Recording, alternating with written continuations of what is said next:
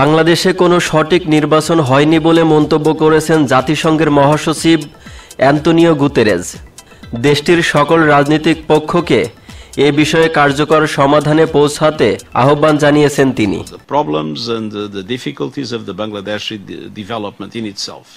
Now, it is obvious that the elections were not perfect, and we encourage the different areas of the Bangladeshi political. বাংলাদেশের রাজনৈতিক ভবিষ্যতের ইতিবাচক দিকটি বিবেচনা নিয়ে কার্যকর সংলাপে বসার গুরুত্বের কথাও তোলেন Antonio Guterres.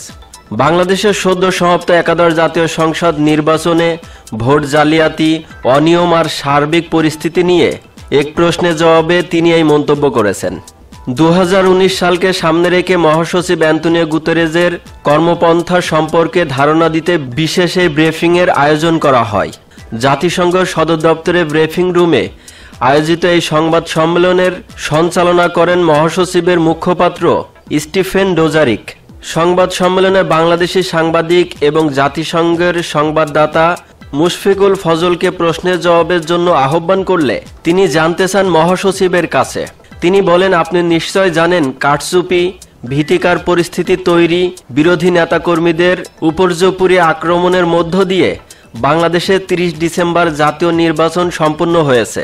State Department organized 17-day organization to observe the election. So what is your observation on Bangladesh election, and are you willing to send any envoy or any special team to investigate the whole thing and to restore them? বিরোধী দলগুলো নির্বাচনের এই ফলকে প্রত্যাখ্যান করেছে। এমনকি আন্তর্জাতিক পর্যবেক্ষকেরাও যথাযথভাবে বাংলাদেশ যাওয়ার সুযোগ পায়নি। যুক্তরাষ্ট্র স্টেট ডিপার্টমেন্টের পরিচালক 17টি সংস্থাকে পর্যবেক্ষণের অনুমতি দেয়নি ক্ষমতাসীন সরকার। বাংলাদেশের নির্বাচন নিয়ে আপনার পর্যবেক্ষণ কি?